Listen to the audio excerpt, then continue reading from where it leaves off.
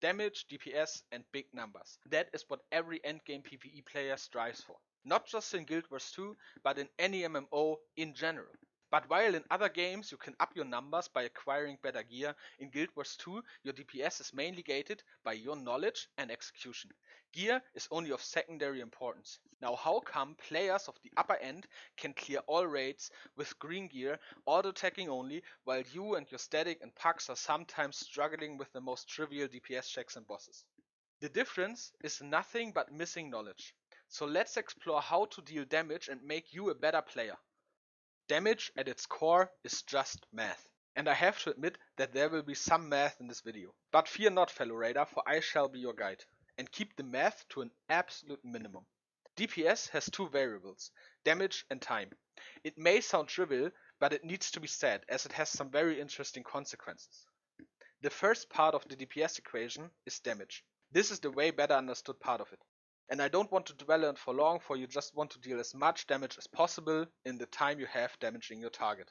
It's about having optimized gear, playing the correct build, and playing your rotation quickly and cleanly. It requires APM and muscle memory to execute a rotation. And training a rotation is what a lot of players would recommend you to do first. But that's not correct, because training a rotation means you have to go to the golem. Redo your rotation over and over until you build up muscle memory. And while this will become an important part of DPS, it's not what you should be doing starting out. And you wouldn't recommend an upcoming cyclist to go and train on a stationary bike in a sweaty gym. You would rather tell them to take his bike, ride wherever he wants, see the world and have fun with it. And that is exactly what I want you to do. As we transition to the less understood part of the DPS equation, which is time. The total damage you have dealt is divided by the combat time. Now combat time does include split phases, invuln frames of the boss and mechanics. Being in a fight for 60 seconds does not mean you deal damage to your target for 60 seconds. Combat time is not equal to damage time. So as Einstein said, time is relative. And here's what I mean by this. Forget the whole power and condi dynamic, individual buffs, gear, whatever. We throw all of that out of the window. Let's take a player A. He's running a build dealing 20k damage per second. There's no burst or need to stack up condis. As long as player A is attacking a target, the target loses 20k HP per second. So in a 1 minute fight, he should deal 20k times 60, meaning 1.2 million damage to his target. Now we take player B, who is dealing 15k damage per second. Condi or bursts don't matter here, so in a 1 minute fight he would deal 900k damage to his target. Most players would prefer to play the build player A is running, as his ideal DPS or benchmark is higher, and it provides the higher damage potential. And here is where the new concept approaches. It's called damage uptime. Player A is unfamiliar with this concept. And for the 60 seconds duration of the fight, he has to play a complex rotation or has to play mechanic, misplace a damage field, or maybe he's just melee and misses out on a few attacks. He's getting in 40 seconds worth of actual damage. Now, this might sound harsh to be only attacking 2/3 of the fight, but it's actually not that unrealistic. Now player B is maybe a bit more experienced, plays a ranged class or has a simpler rotation. He's not losing out on so much damage uptime and is constantly hitting the boss. He's dealing damage for 55 seconds of the fight. Player A, whose DPS is supposed to be way higher, dealt a total of 800k damage to the boss, equal to 13.3k DPS. Player B, with a lower benchmark, dealt 825k damage, and is equal to 13.7k DPS. In this example, you can see that even though player B's DPS was thought to be lower, he outdamaged player A, simply by attacking the boss for a longer time. Damage uptime is a concept which top players understand to take full advantage of. To have high DPS, one has to master damage uptime, regardless of what class, rotation or build they are actually playing. You might think this is trivial information, but a lot of players don't understand why their damage from the golem isn't transitioning to the raid, and they can't really put their finger on the problem. They think about boons and bad rotations, but in reality, it more often than not comes down to damage uptime. But you are now in the inner circle. You know the secret hidden technique of success. And instead of spending hours on the golem, you now spend time on the boss and try to sidestep the mechanic that you always dodged. Or you preemptively position yourself correctly so the next mechanic doesn't take time whatsoever. And you think about actually placing your AoEs in the correct spot because you know that the tank has to move the boss soonish. Actively think about dealing damage. Those examples are ways to improve damage, which I would like to generalize under the term mechanical efficiency.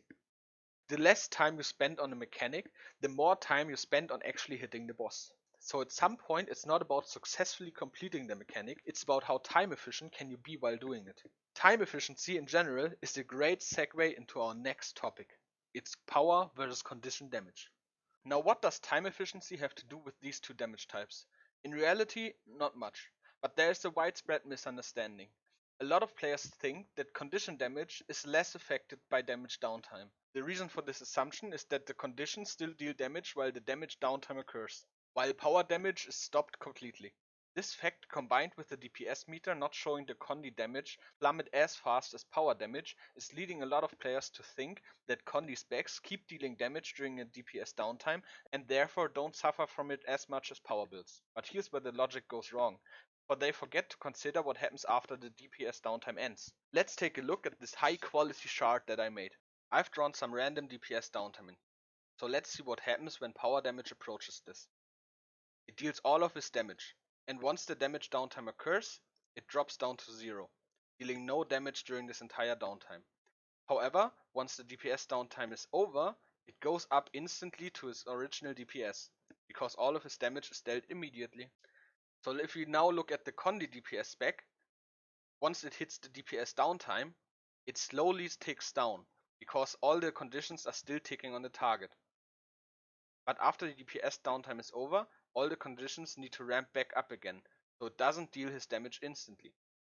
Now a lot of players are looking at this portion of the DPS chart and think condi damage is still dealing damage during downtime. However, they forget that condition damage also loses this damage again compared to power because it has some ramp up time. So in total, these two triangles equalize each other. So condi and power are equally hurt by DPS downtime.